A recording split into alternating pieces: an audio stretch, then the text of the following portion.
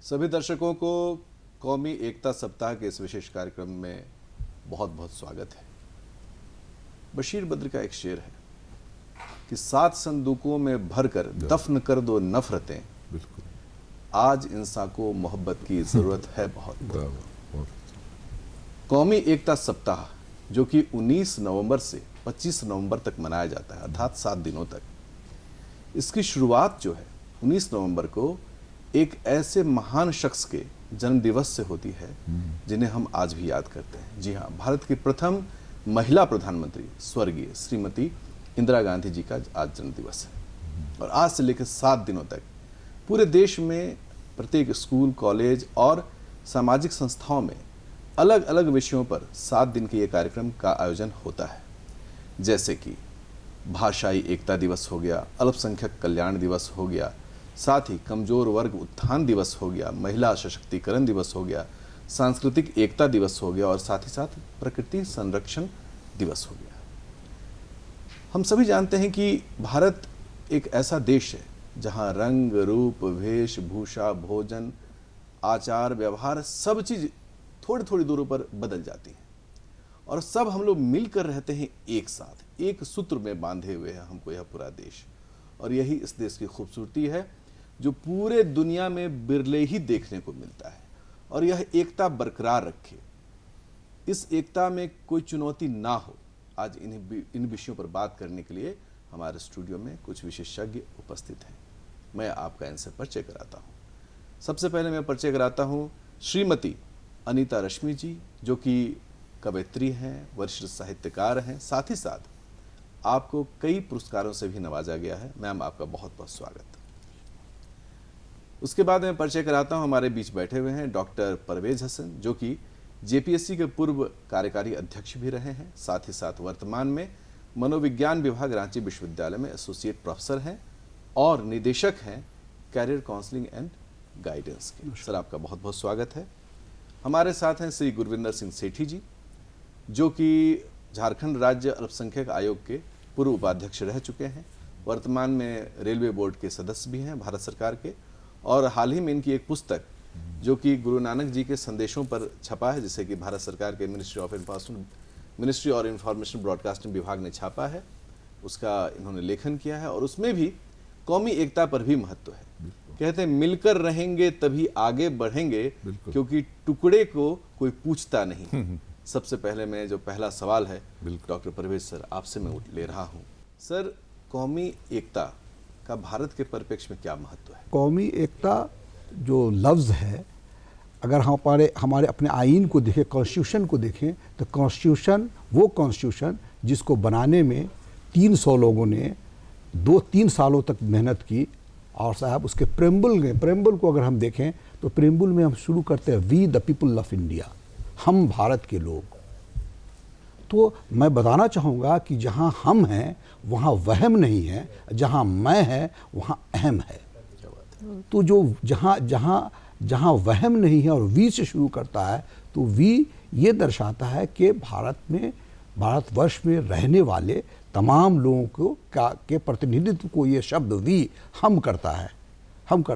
और बहुत सारे दार्शनिकों ने और हमारी बगल बैठी हुई हैं, कवित्री बैठी हुई हैं, साहब बैठे हुए हैं, तो अपने कविताओं में, अपने लेखों में हिंदुस्तान को साहब बागीचा कहा है। और बागीचा, फुलवारी, वाटिका उसको कहते हैं जहाँ विभिन्न फूल जो है खिले होते हैं। वाटिका और खेत में अंतर तो आप समझ सकते, मालूम ही है। तो हमारा जो हिंदुस्तान है एक वाटिका है, और उस वाटिका में भंवरों को रसपान के लिए ज़्यादा घूमना नहीं पड़ता है। और यही हमारी जो है मुल्क की खूबसूरती है।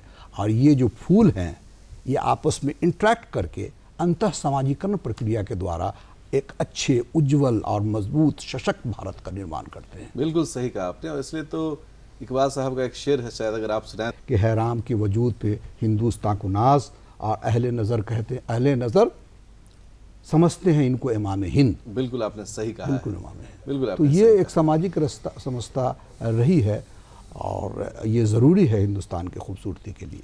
वसुधैव कुटुंबकम, ये तो भारत का ही एक ऐसा शब्द है तो पूरे विश्व में इसका एक स्थान होता है। मैं सेठी साहब आपसे ये जानना चाहूँगा कि कौमी एकता में वसुधैव कुटुंबकम का बड़ा महत्व है, आप इसको कैसे देखते हैं? क्या इसको आप महत्व मतलब किस तरह से आप अपने दृष्टिकोण में कहेंगे? बहुत अच्छी बात बोली, क्योंकि देखिए हमारा देश भारतवर्ष ही ना ऋषि मुनियों पीर पैगंबरों की धरती रही है।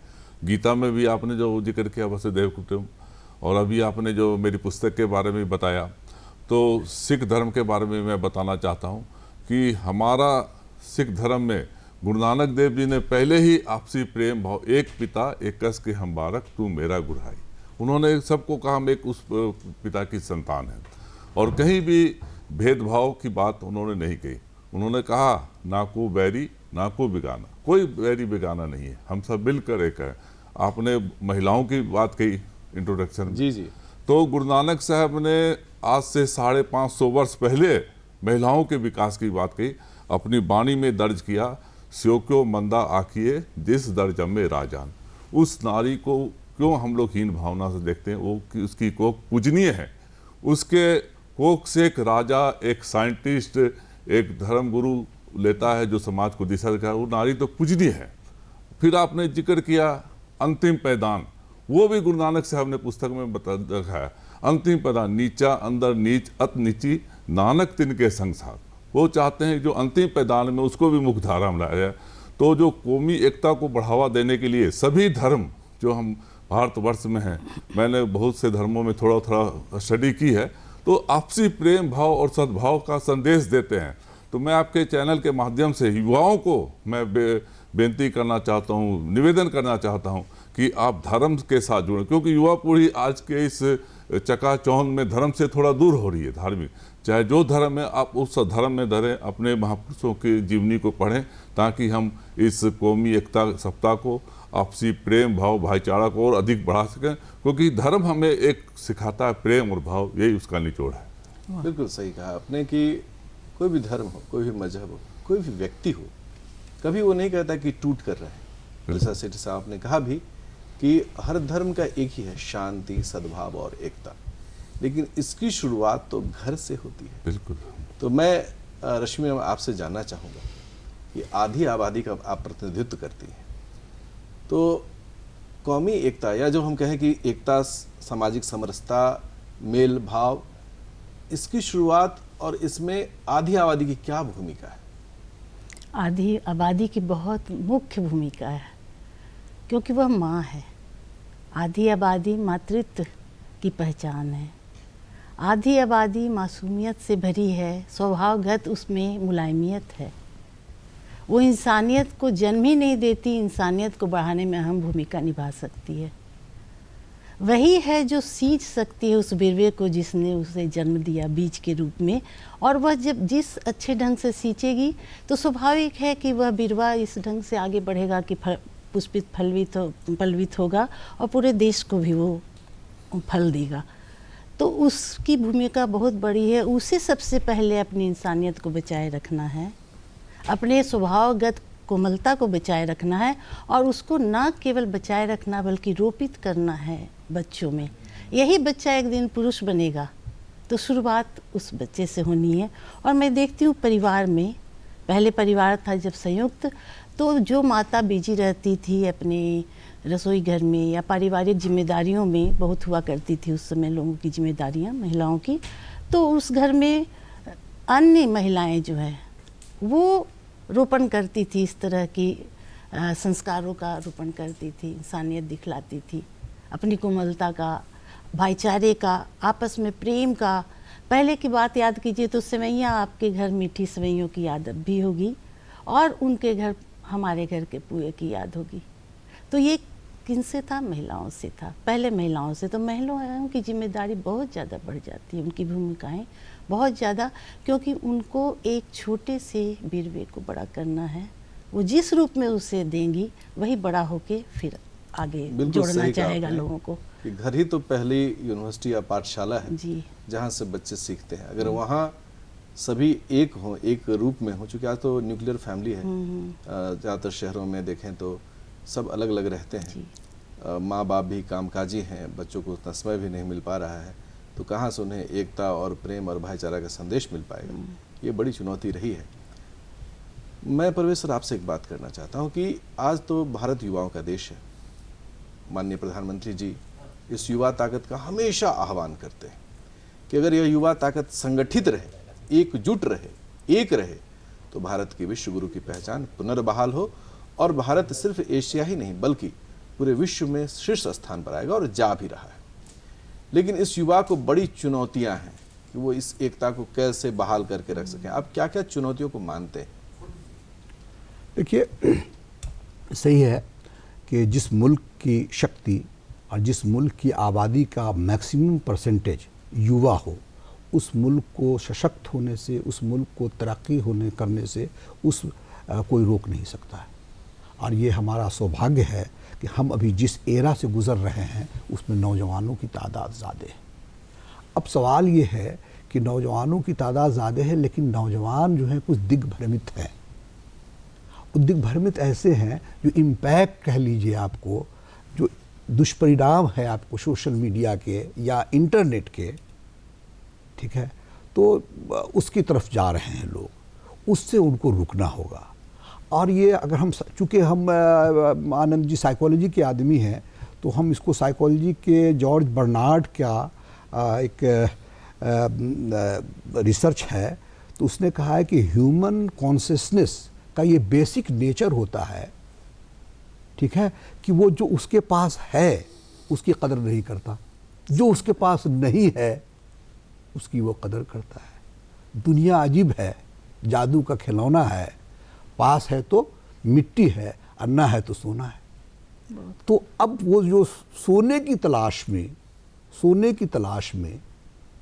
अपनी पास भी जो मिट्टी है उसकी कदर ना कर रहे हैं और सोने की तलाश में भ्रमित है और अपना वक्त बर्बाद कर रहे हैं, तो ये सही नहीं है। और ये जो आपको मानसिक स्थिति है, आपको र्यूमर या अफवाह जिसको कह लीजिए, अफवाही की बात हम लोग कर रहे हैं, ये या भीड़ क्राउड मेंटालिटी जो है, ये साइकोलॉजिकल ये है, इससे बचने की ज़रूरत है, वेरीफाई करने की ज़रूरत है। ये हम नहीं कह रहे हैं कि हमारे युवाओं में शक्ति की कमी है, हमारे युवाओं में एडुकेशन की कमी है, पढ़े लिखे लोग हैं, लेकिन क्या है कि वो अपने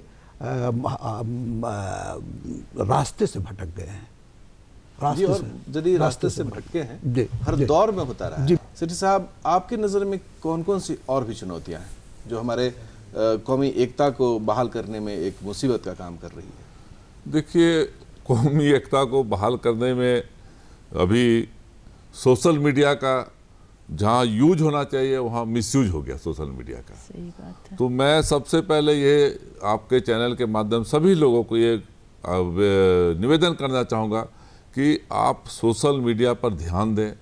कोई भी ऐसा पोस्ट आता है, क्योंकि दुष्प्रचार, जो कुछ असामाजिक तत्व जो दुष्प्रचार करके हमारी गंगा जमुना तहजीब को ख़त्म करना चाहते हैं, आपसी भाईचारों को ख़त्म करना चाहते हैं, तो इस तरह का भ्रामक पोस्ट डाल देंगे। तो मैं सभी से निवेदन करता हूं, अगर इस तरह का पोस्ट आता है तो आप उस पर विचारें, देखें, क्या उसकी जांच करें, सत्यता की जांच करें, और ऐसा नहीं कि उसको फॉरवर्ड कर दें। तो सोशल मीडिया का हमको जो दुरुपयोग हो गया है उसको रोकना पड़ेगा। ये हम सब की जिम्मेदारी है, हम उसका यूज करें, मिसयूज नहीं करें। तो साथ साथ जो और कई चुनौतियाँ आती हैं, जैसे हम लोग आपस में मिलना जुलना थोड़ा सा कम हुआ। हम लोगों को चाहिए कि एक दूसरे के पर्व त्यौहार में जाएं, वहाँ उनके महापुरुषों के जो संदेश उसको ग्रहण करें, ताकि कौमी एकता को बढ़ावा मिले। तो ये छोटी छोटी आजकल तो दूरियां बढ़ी हैं, उसको नज़दीक लाना पड़ेगा।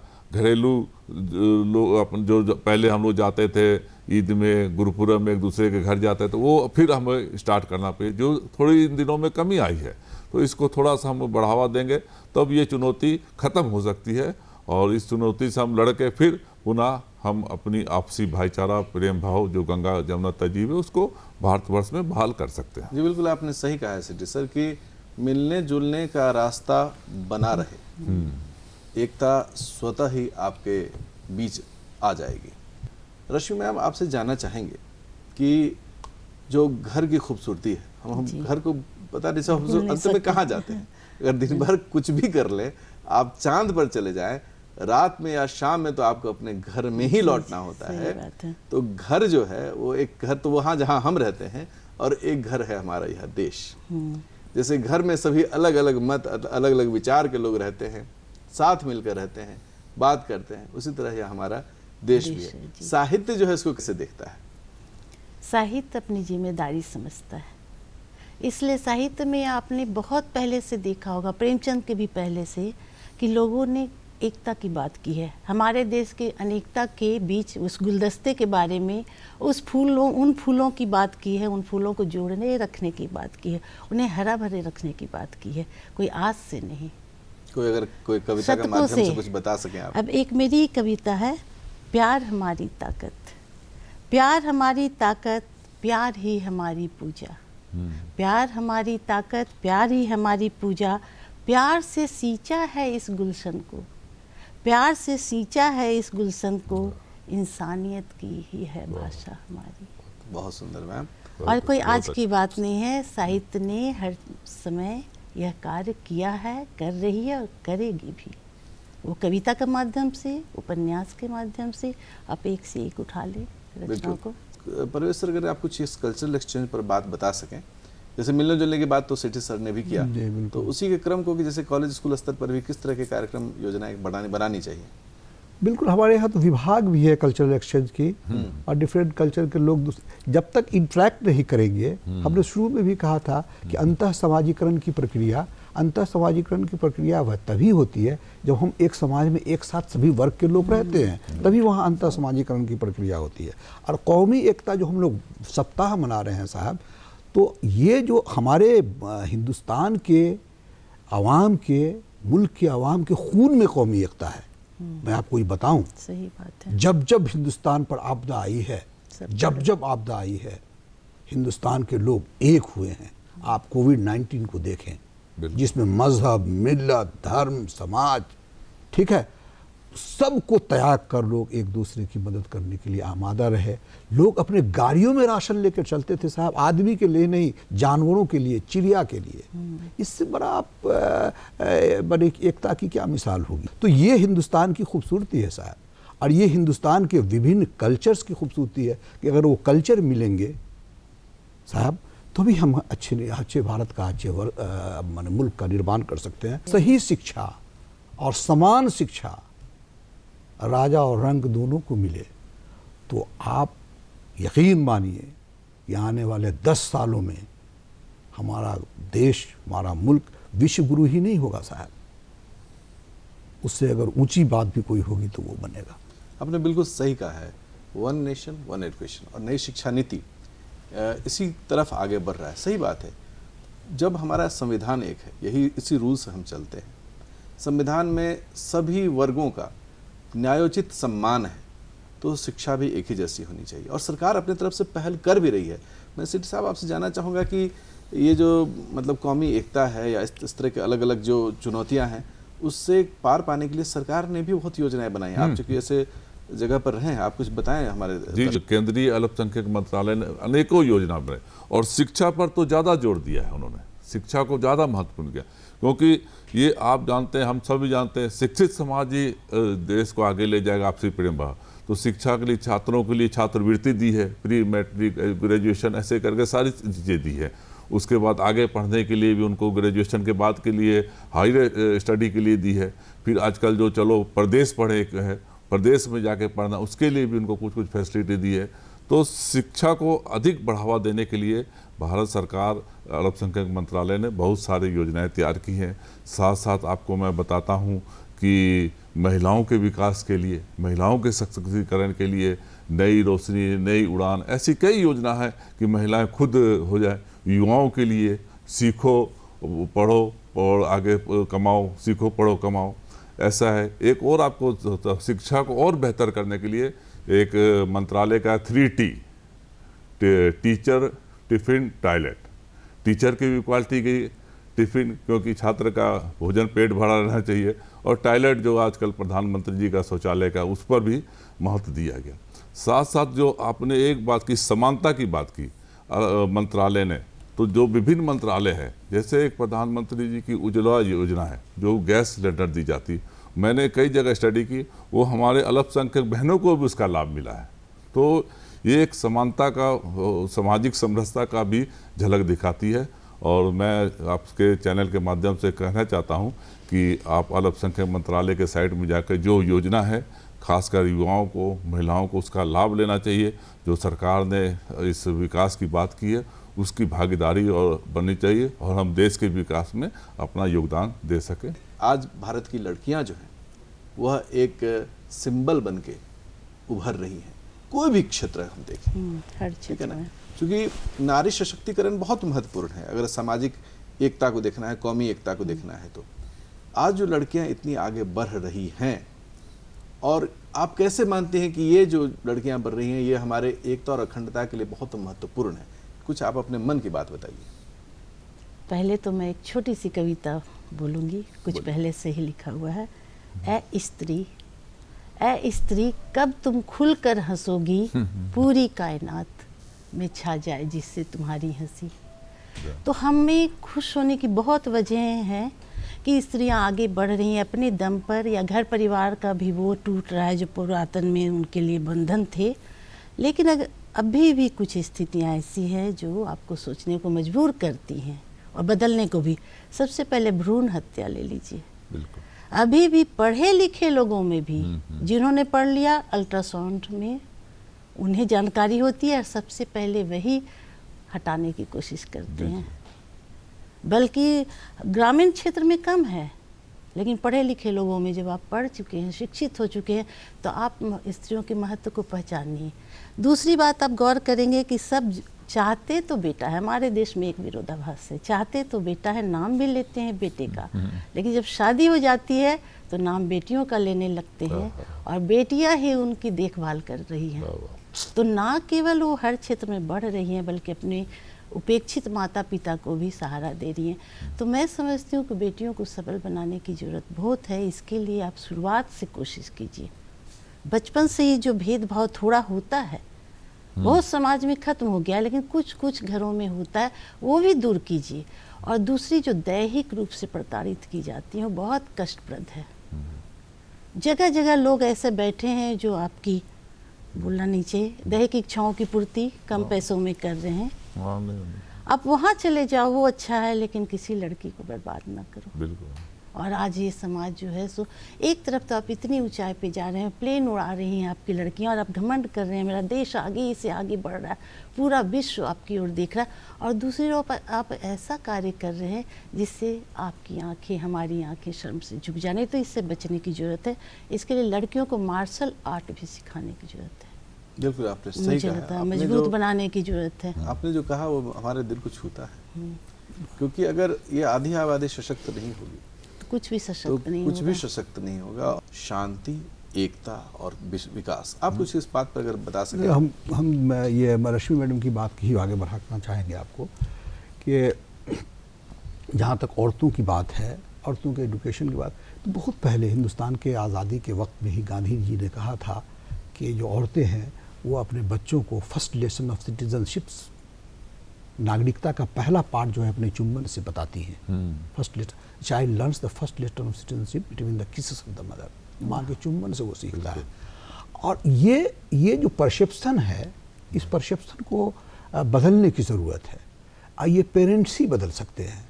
पेरेंट्स ये कहते हैं ये सही है भेदभाव कि तुम बच्चे हो, तुम बेटा हो, तुम बेटी हो, ये काम नहीं कर सकती हो, तुम बेटी हो, ये काम नहीं। तो ये जो परसेप्शन अगर जब तक नहीं बदलेगा, लिंग का जो परसेप्शन है वो नहीं बदलेगा, प्रत्यक्षीकरण नहीं बदलेगा, तब तक समाज नहीं बदल सकता है।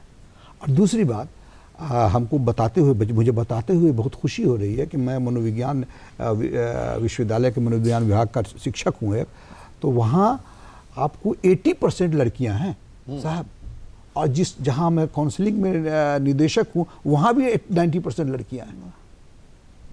तो लड़कियाँ सशक्त हो रही हैं, अपने अधिकार को समझ रही हैं। लेकिन जो सोशल परसेप्शन है साहब, ये इसको बदलने की ज़रूरत है।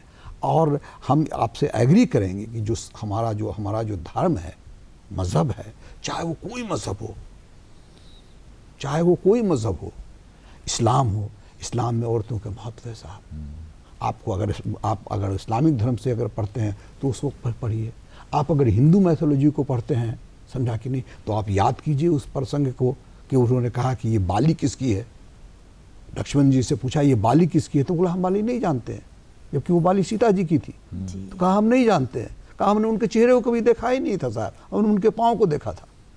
तो आप उस देश के वंशज है साहब सही बात। जिसमें स्त्रियों का ये सम्मान था। आप उस देश के वंशज हैं जहाँ आपको मुसलमानों के यहाँ कहा जाता है कि जो है औरतें जो है माँ के कदम के नीचे जन्नत है साहब, और औरतें माँ होती हैं, है ना। आप वहाँ से मज़हब से आप सीख रहे हैं, इसका मतलब ये है कि सच्चाई है कि आप, और अभी आप गुरुवाणी की बात भी सरदार जी ने कहा, तो आप इसका मतलब है कि अपने मज़हब से भी दूर हो रहे हैं, आपका प्रत्यक्षीकरण बदल रहा है। कौमी एकता सप्ताह में प्रोत्साहित करते जो 7 दिन का जो थीम है, फोकल थीम है, जिसकी मैंने चर्चा भी की थी और बातें भी हुई हैं, उन सब का एकमात्र है कि अगर हम सभी चीज़ों को मिलाकर एक साथ चल सकें, आपस में एक साथ लेके चल सकें, तो कोई कारण नहीं है कि एकता खंडित हो। और दर्शकों, जब तक हम मिलकर साथ चलेंगे, मुट्ठी बनकर चलेंगे, मुट्ठी बननी है। हमारी ताकत बनी रहेगी। बनी रहेगी। जिस दिन हम बिखर जाएंगे, एक एक उंगलियां उखाड़ दी जाएंगी। तो इसी संदेश के साथ कि मिलकर रहें, सोशल मीडिया के मैसेज को पढ़ने पर पहले ठहरें, हाँ, उसको वेरीफाई करें। बिल्कुल बिल्कुल। अगर सत्य भी हो तो सोचें कि इसको आगे बढ़ाना चाहिए कि नहीं चाहिए। निश्चित रूप से हम एक अच्छे समाज और अच्छे देश का निर्माण करेंगे। आज कौमी एकता सप्ताह के इस विशेष कार्यक्रम में हमारे साथ रश्मि मैम जुड़ी, हसन सर जुड़े और सेठी साहब जुड़े। आप सबका दूरदर्शन के स्टूडियो में मैं बहुत बहुत धन्यवाद और आभार प्रकट करता हूँ, और सभी दर्शकों को भी मेरे तरफ से नमस्कार।